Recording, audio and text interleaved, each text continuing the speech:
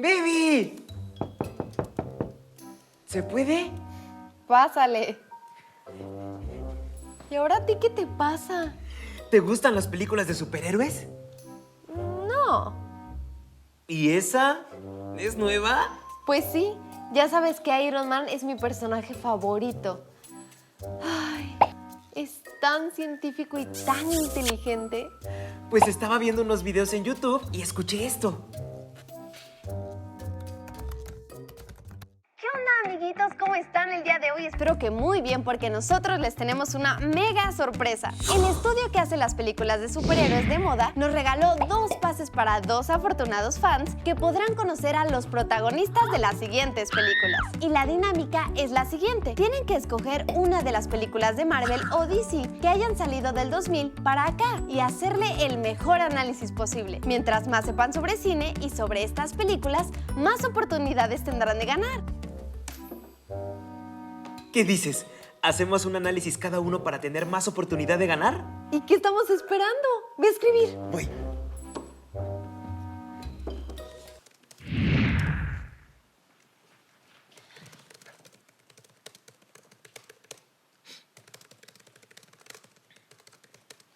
¿Cómo le haces para escribir tanto?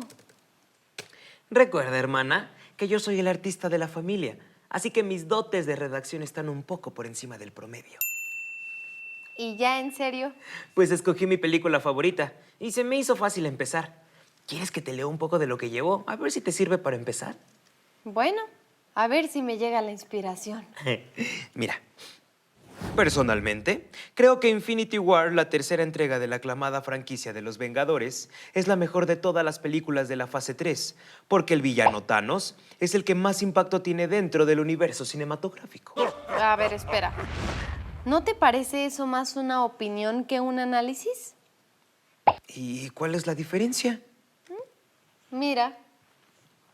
Hoy en día, con la democratización de los medios de comunicación, ha habido un aumento en el número de opiniones y puntos de vista. Y esto se aplica a absolutamente todo, pero lo que hoy nos trae aquí es la diferencia entre la crítica y el análisis cinematográfico. Y aunque pudieran parecer similares, la diferencia más notoria es la objetividad, o más bien la subjetividad con la que se habla de los productos como series o películas. Cuando alguien hace una crítica, y más últimamente, habla del por qué una película le pareció buena o mala. Sin embargo, si esto se hace sin el conocimiento adecuado del cine y sus elementos, puede caer en el error de hacerlo únicamente desde su experiencia. Que como opinión es válida, porque no necesariamente todos tenemos que estar de acuerdo en todo, pero a veces estos críticos pretenden convencer a su audiencia para que crea lo mismo que ellos. Como cuando los fans de Marvel o DC Comics desacreditan las creaciones de la otra compañía por preferir una sobre la otra. Sin embargo, los productos audiovisuales tienen una serie de componentes y elementos que se han creado y propuesto desde un punto de vista más objetivo, para lograr hacer un análisis más profundo y adecuado de lo que vemos en pantalla. Y de esta manera poder decir qué tan buena es una película o serie, o si de plano son un churrasco.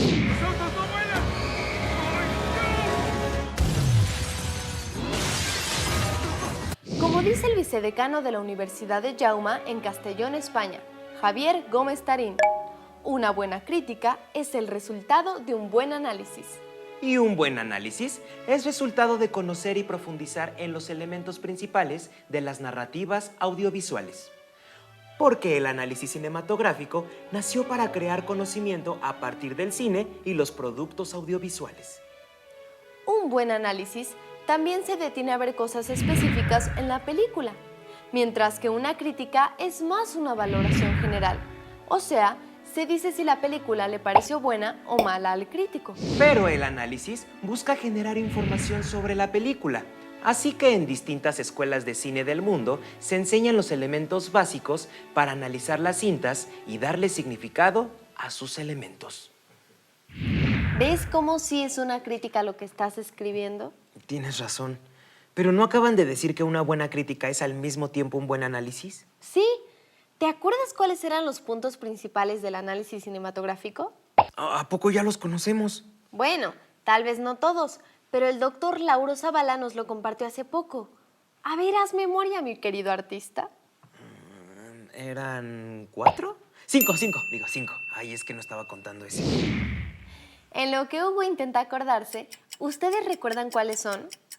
Hay 5 elementos fundamentales para analizar no solo películas, sino cualquier producto audiovisual, como series, programas de televisión, incluso comerciales y spots políticos, ya que cada uno tiene capas de significado que intentan darnos un mensaje o persuadirnos para que realicemos cierta acción. ¡Ya recordé! Los 5 elementos son la imagen, narrativa, sonido, puesta en escena y montaje. Eso. Pero para entender mejor qué es cada uno, vamos a ilustrarlo con ejemplos. Según el profesor Antonio Sánchez Escalonilla, la narrativa es la estructura y orden en la que se cuenta una historia, tomando en cuenta la evolución de los personajes, o sea, cómo se transforman tanto ellos como el universo en el que se desarrolla la aventura. La narrativa clásica es como se las describimos en el programa de Cómo contar historias, que pueden encontrar en nuestras redes sociales. De acuerdo a esta, se sigue la estructura de 3 actos propuesta por Aristóteles y que predomina hasta nuestros días. Aunque a partir de los años 60, con el cine experimental se encontraron nuevas formas de contar historias. Ya no es solo seguir la narrativa en línea recta, también hay casos donde se comienza por el final, como en Megamente. O como Empire State de Andy Warhol, que grabó el famoso edificio por más de 6 horas desde una ventana. El profesor Lauro Zavala, que por cierto ya tuvimos de invitado, propone un esquema para analizar la narrativa tomando muy en cuenta tanto el inicio como el final de las películas. En el modelo que él propone en su libro Elementos del discurso cinematográfico, nos plantea la función que tiene el inicio, que como ya conocemos, nos muestra el universo de la historia y nos presenta generalmente a los protagonistas, pero además nos hace la pregunta, ¿cómo se relaciona el inicio con el final de la película? Pongamos de ejemplo El Caballero de la Noche. Después de la secuencia de presentación del Joker, sigue la de Batman, y se plantea las preguntas de cómo y por qué Bruce Wayne dejaría de ser Batman. Y lo que sabemos por la película anterior es que Bruce quiere dejar de ser Batman para estar con la chica que ama. Y al final de la cinta, Bruce deja de ser Batman, pero no porque haya logrado su cometido, sino porque se ve obligado a ser señalado como culpable de la muerte de alguien para que el Joker no ganara al demostrar que cualquiera que tuviera un mal día podía volverse un criminal. Bruce logró dejar de ser Batman, pero la chica que amaba murió. Y aquí surgen las preguntas sobre el final. ¿Tiene esto sentido? ¿Y cómo se relaciona con el resto de la película? Aquí vemos que el final tiene sentido, porque al quedar Batman como el malo, el símbolo de justicia y esperanza en el que se había convertido Harvey Dent queda intacto, y la gente de Ciudad Gótica sigue su ejemplo a pesar de que Dent se había convertido ya en un asesino. Y se relaciona con el resto de la película, porque somos testigos de la transformación de Dent de héroe a villano, y cómo Batman es consciente de que debe sacrificarse para darle por fin algo de esperanza a su ciudad.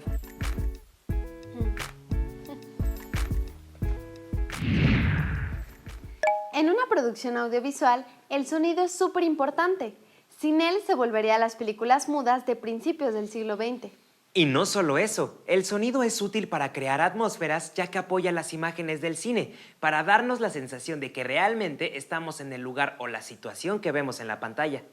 También nos ayuda a apoyar la narración, ya que en algunas películas cada personaje o los más importantes tienen sus propios temas, entendiendo como tema a un fragmento musical que acompaña un personaje o una situación, como el tema del anillo en la trilogía del Señor de los Anillos, que sonará cada que suceda algo relacionado con este objeto.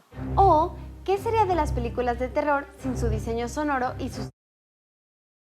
Definitivamente con otra música o con otros sonidos no tendría el mismo impacto. Dentro de la imagen hay cosas que casi siempre pasamos por alto, como por ejemplo dónde está situada la cámara. Y es que para nosotros es muy normal aceptar el punto de vista que ella nos da. Finalmente termina siendo nuestros ojos.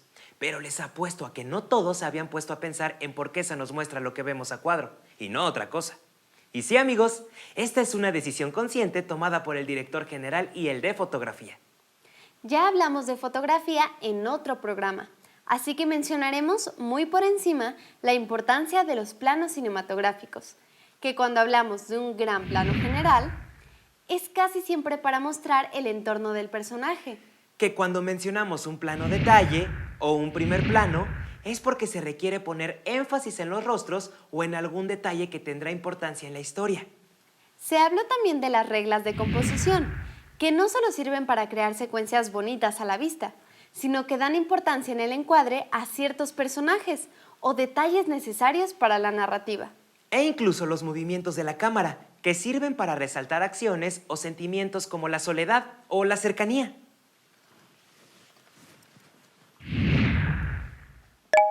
La puesta en escena es una de las partes más padres de hacer un producto audiovisual, ya que es de lo más importante para que el espectador se sienta realmente dentro de la película y que cree en la existencia del mundo que observa en la pantalla. Aquí también entran varios elementos como el entendimiento del espacio en el que se desarrolla la historia. Por ejemplo, si estamos viendo una película futurista, estamos acostumbrados a ver colores saturados, muchas luces neón e incluso objetos que funcionan de manera automática. Pero si vemos una producción histórica, lo que esperamos es que lo que esté en la pantalla corresponda a la época, como las casas, locaciones. Y aquí entra otra parte importante de la puesta en escena, el maquillaje y vestuario. Estos elementos hacen creíbles a los personajes dentro de la cinta. Por ejemplo, en El Señor de los Anillos, cada raza tiene su aspecto particular, pero en nuestra realidad, los actores comparten rasgos porque todos son humanos. Entonces, a los elfos se les hizo más estilizados y sus objetos van en función del bosque y la naturaleza, mientras que los enanos, relacionados más con las piedras y montañas, tienen un aspecto más tosco, son bajitos con barbas desaliñadas y armas pesadas y fuertes. O la película Orgullo y Prejuicio, ambientada a principios del siglo XVIII, no se rodó en ciudades modernas, porque rompe con la estética que se propuso para su producción, además de que los actores usaron vestuarios que se confeccionaron para ser similares a los de la época. Un trabajo maravilloso, por cierto.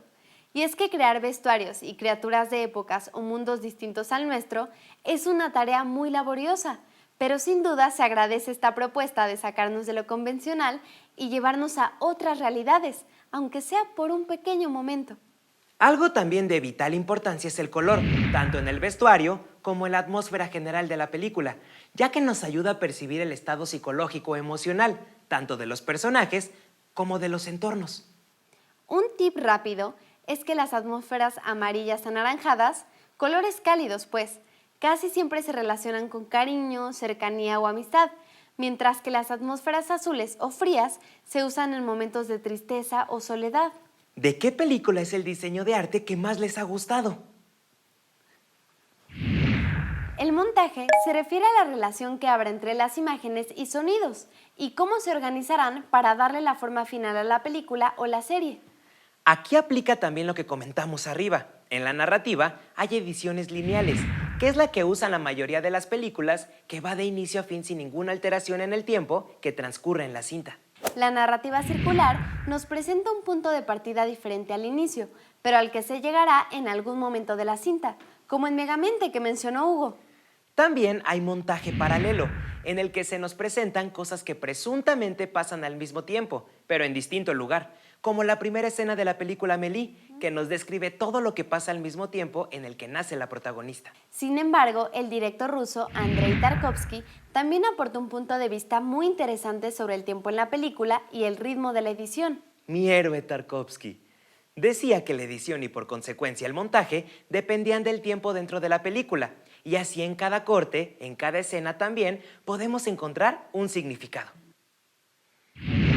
Conociendo un poco más a fondo de los elementos y su función dentro de los productos audiovisuales, podemos comenzar ahora sí con el análisis. Para esto también se recomienda ver mínimo 2 veces la película que queramos.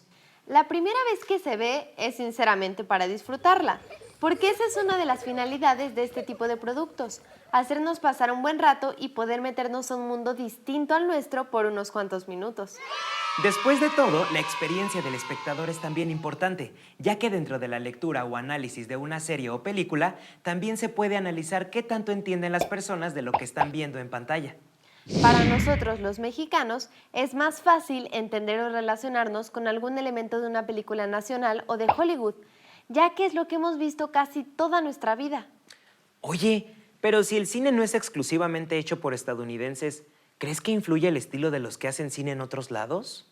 ¡Qué buena pregunta! Y para responderla, creo que no hace falta más que ver algunas películas bélicas, como Pearl Harbor, en la que los estadounidenses quedan como las víctimas por el ataque japonés. Por otra parte, también hay películas como El acorazado Potemkin, de Sergei Eisenstein, en la que el pueblo ruso se rebelaba contra la monarquía que existía en ese entonces. Tú mismo lo dijiste. También es importante el análisis social y del contexto en el que se filmaron las películas. En este caso fue realizada en 1925 durante parte de la Revolución Rusa y nos muestra la mentalidad del director y sus ideales, en este caso a través del pueblo, que debía contar más para su gobierno. Pues como ya sabíamos, el cine está lleno de significado. Y esto es porque es un lenguaje en sí mismo, y como todo buen lenguaje, tiene que estudiarse. Y para contarnos más sobre esto, vámonos a nuestra entrevista. Hola Viviana y Hugo, muchas gracias por la invitación. Hola, ¿cómo estás? Hola. ¿Cómo es que nace el análisis cinematográfico?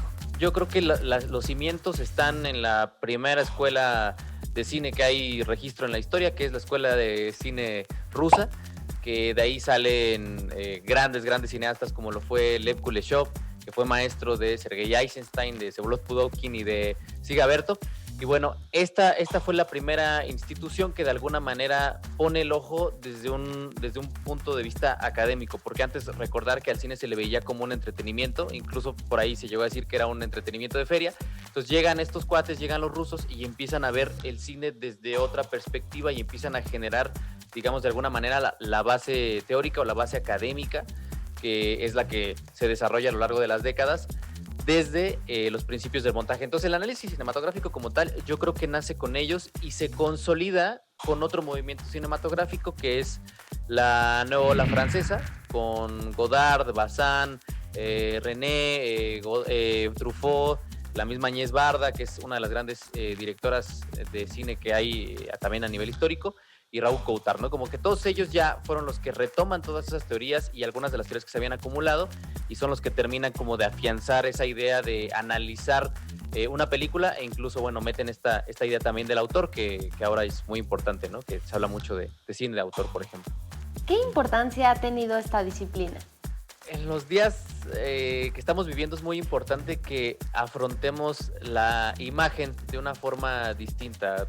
Hay estadísticas principalmente de las generaciones más pequeñas, de los más jóvenes que están entre los 12 ahorita, los 18 y evidentemente los más chicos, que están dejando de leer y están empezando a ver. Entonces hay que educar a la mirada, hay que saber desde dónde mirar, desde qué perspectiva afrontar un material audiovisual. Ahorita ya estamos llenos de imágenes por todos lados, para muestra pues TikTok, ¿no? Que estas generaciones, los llamados centennials y las generaciones que vienen más abajo, pues utilizan TikTok, aprenden a editar en TikTok, aprenden a montar en TikTok, aprenden una narrativa en TikTok y en YouTube y en todas estas plataformas.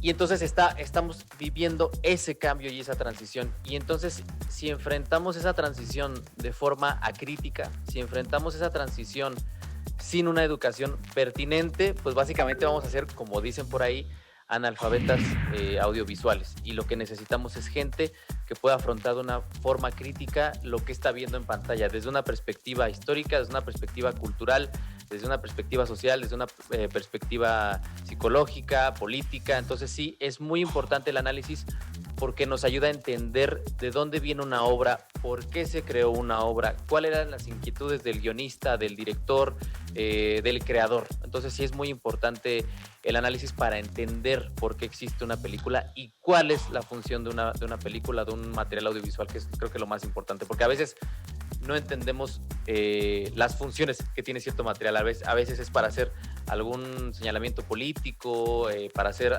una introspección del autor, o a veces simple y sencillamente para vender, que también eso es otra de las cosas que se hacen con los materiales audiovisuales, ¿no? ¿Para qué nos sirve analizar una película? Esa pregunta también es muy importante del por qué para nosotros o para cualquiera es importante entender todos estos aspectos que hay detrás de un análisis, y es que nos estamos convirtiendo en consumidores creadores.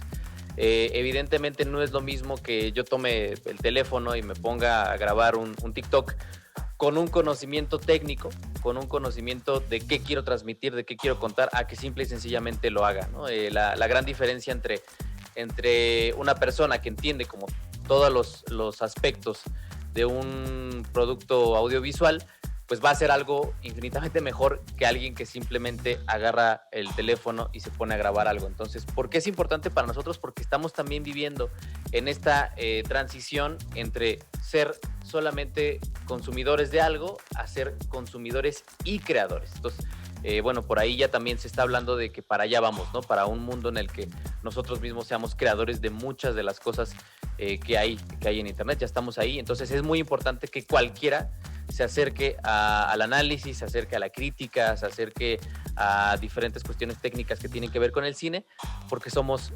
consumidores creadores. Ya dimos, digamos, ya estamos dando ese paso de una cuestión pasiva a una cuestión activa. Gracias, nos vemos. Bye. Y ahora nos toca a nosotros analizar nuestra película favorita. No se preocupen, no va a ser un análisis súper extenso. ¿Recuerdan la pregunta de cómo se relaciona el inicio con el final de la película que les hicimos hace unos minutos? Pues su trabajo en casa consiste en pensar o por qué no ver su película favorita y preguntarse eso mismo. ¿Qué relación tiene el inicio de la película con el final? ¿Tiene lógica? ¿Cumple el final con lo que se plantea al principio? La imagen, narrativa, sonido, puesta en escena y el montaje son congruentes y armoniosos en la película. No olviden dejarnos su película favorita y lo que analizaron en nuestras redes sociales. Listo. Entonces, con Tony Stark revelándose como un héroe ante el mundo, se cierra de manera precisa y directa el arco de personaje del protagonista, que deja de ser un narcisista egoísta para convertirse en el protector de los oprimidos. ¿Qué te parece? Que se nota que Iron Man es tu personaje favorito. Ay. ¿A qué correo hay que mandarlo? No sé. Deja, pongo otra vez el video. Ok. Recuerden enviar su análisis a pelisdesuperhéroes@starmail.com antes del 5 de abril para poder participar. ¡Yay! ¿5 de abril? ¿De cuándo es ese video, Hugo? Del 12 de marzo. Bueno, por lo menos aprendimos lo básico de un análisis cinematográfico. Esperamos que les haya servido a ustedes, aunque el concurso ya no esté vigente. Es bueno saber cómo leer una película y no solo dejarnos guiar por nuestros gustos. Si aprendemos a apreciar sus elementos, podremos disfrutar tanto del cine comercial como del cine de autor. Finalmente, un buen producto nos divertirá, pero también nos hará reflexionar. No solo sobre lo que vemos, sino lo que consumimos y así podremos exigir mejores contenidos. Bueno, ¿qué te parece si te invito una paleta de hielo para la desilusión? Bueno, pero que sea de grosella. Y ve tú porque está lloviendo. Ok. Ay, Huguito, Huguito.